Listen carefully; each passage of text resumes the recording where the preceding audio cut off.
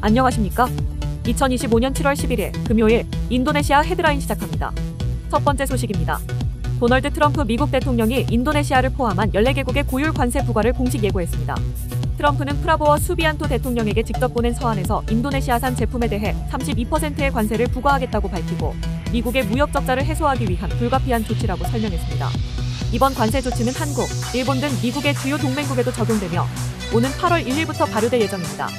이에 따라 각국은 그 전까지 협상 기회를 가지게 되었으며 트럼프는 좋은 제안이 오면 유연하게 협상에 나설 수 있다고 밝혔습니다. 트럼프는 인도네시아의 비관세 장벽과 무역 불균형을 문제 삼으며 미국이 오랜 기간 무역 적자를 감내해왔고 이는 경제 및 안보에 위협이 된다고 주장했습니다. 그는 인도네시아 시장이 미국산 제품에 대해 지나치게 폐쇄적이라는 점을 지적하며 만일 인도네시아가 보복 조치를 취할 경우 추가 관세도 가능하다고 경고했습니다. 참고로 이번 발표 직전 아이르랑가 하르타르토 경제조정장관이 이끄는 인도네시아 협상단이 미국을 방문했으며 협상단은 미국에서 미국산 밀과 대두, 옥수수, 연화, 에너지 제품 수입을 확대하는 총 340억 달러 규모의 양해각서를 체결할 계획입니다. 앞서 인도네시아는 미국 주요 품목에 대한 관세 인하와 미국의 핵심 광물 분야에 대한 투자 유치도 제안한 바 있습니다. 그러나 트럼프는 최근 브릭스 국가들의 추가 관세를 예고하며 긴장을 고조시켰습니다. 그는 브릭스의 반미 정책에 동조하는 모든 국가의 10%의 추가 관세를 부과할 것이라고 경고했습니다. 인도네시아는 중국, 인도, 사우디아라비아 등과 함께 브릭스 회원국으로 이 발언은 인도네시아에도 직접적인 영향을 줄 수 있습니다. 다음 소식입니다. 도널드 트럼프 미국 대통령이 오는 8월 1일부터 인도네시아산 수입품에 32%의 고율 관세를 부과하겠다고 밝히면서 인도네시아 수출 산업에 큰 타격이 우려되고 있습니다. 인도네시아 경제법률연구소 소장은 이번 발표는 수개월간 진행된 양국 간 협상이 성과 없이 마무리됐다는 신호라며 트럼프가 브릭스 회원국에 대해 10%의 추가 관세까지 경고한 점을 들어 인도네시아 제품의 최대 42%의 관세가 부과될 수 있다고 전망했습니다. 경제법률연구소의 분석에 따르면 이러한 조치는 국내 생산 감소 164조 루피아, 노동자 수입 손실 52조 루피아, 수출 감소 105.9조 루피아, 고용 감소 120만 명에 달하는 경제적 충격을 유발할 수 있습니다. 특히 신발, 의류 등 미국 의존도가 높은 노동집약적 산업이 가장 직접적인 피해를 볼 것으로 예상됩니다. 경제개혁센터의 경제분석가는 이러한 고율 관세는 인도네시아 제품의 가격 경쟁력을 약화시키고 미국 바이어들이 베트남이나 방글라데시 등 대체국을 선택할 위험을 높인다고 경고했습니다. 그는 특히 섬유, 의류, 신발, 고무 산업 등 중소 제조업 기반이 집중된 지역의 생산 감소와 고용 불안을 우려했습니다. 또한 팜오일 제품 역시 미국 시장 비중은 작지만 고부가 가치의 파생상품 수출이 위축될 가능성이 있습니다. 전문가들은 이번 사태를 계기로 내수 강화, 수출 시장 다변화, 중소기업 보호를 위한 정부의 선제적 대응이 시급하다고 강조하고 있습니다. 다음 소식입니다. 인도네시아 중앙은행은 2025년 6월 소비자 신뢰지수가 117.8을 기록했다고 밝혔습니다. 이는 전월보다 소폭 오른 수치로 여전히 낙관적인 수준을 유지하고 있습니다. 중앙은행은 국민들이 현재 경제 상황과 향후 전망에 대해 전반적으로 긍정적인 기대를 갖고 있다고 설명했습니다.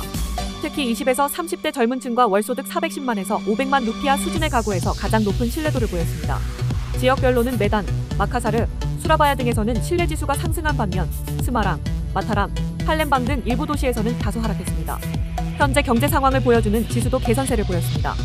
소득에 대한 만족도와 내구재 구매에 대한 긍정적 평가가 늘었기 때문입니다.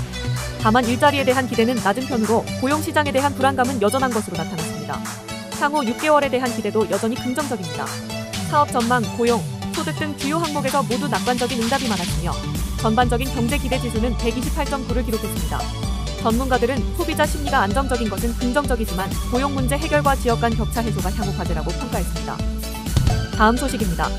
현역 육군 장성 노비 헬미 프라세티아가 인도네시아 조달청 청장직에서 공식 사임했습니다. 인도네시아군은 현역 군인의 민간기관 겸직을 제한하는 관련 법률에 따라 이번 결정이 내려졌다고 밝혔습니다. 노비 장군은 군 총사령관에게 복귀 의사를 밝혔으며 국영기업부 에릭 토이르 장관은 이를 수용해 농림부 참모인 프리아스토 세테안토를 후임으로 임명했습니다. 인도네시아군은 노비 장군은 군 복무를 계속하기로 했으며 조직 운영과 인사정책상 복귀가 승인됐다고 설명했습니다. 개정된 군법은 군인이 겸직할 수 있는 민간기관을 14곳으로 제한하고 있으며 조달청은 해당 대상에 포함되지 않아 현역 군인이 기관장을 맡을 수 없습니다. 하지만 이번 복귀는 시민단체의 비판을 불러왔습니다. 세타라 연구소는 군인이 공공기관을 거친 뒤 다시 현역으로 복귀하는 것은 위험한 선례가 될 수 있다며 군 인사의 민간 배치 원칙 전반에 대한 재검토를 촉구했습니다. 또한 정부 협력을 명분으로 한 군 개입은 법과 개혁 정신에 따라 제한적으로 이루어져야 한다고 강조했습니다.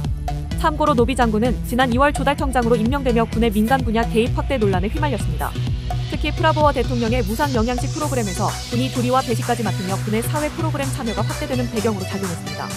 그러나 조달청이 법률상 허용된 겸직 대상 기관이 아니라는 점이 명확해지면서 결국 임명 석 달 만에 물러났습니다. 다음 소식입니다. 인도네시아가 건기임에도 불구하고 전국적으로 쏟아진 이례적인 폭우와 홍수로 최소 3명이 사망하고 약 1만 명이 대피했습니다. 국가재난방지청은 지난 주말 기준 전국에서 홍수산 사태 등 21건의 수재해가 발생했으며 특히 자카르타 수도권에서만 11건이 집중됐다고 밝혔습니다. 기상기후지질청은 올해 6월까지 전체 지역의 단 30%만 건기에 진입했으며 이는 예년 64%에 크게 못 미치는 수준이라고 밝혔습니다. 이번 비정상적인 강우는 호주 몬순 약화와 남부 해역의 해수온도 상승 때문으로 분석되며 일부 전문가들은 기후변화의 명백한 징후라고 지적했습니다. 자카르타 일부 지역은 최고 2.7m까지 침수됐고 50여 개 구역이 물에 잠겼습니다.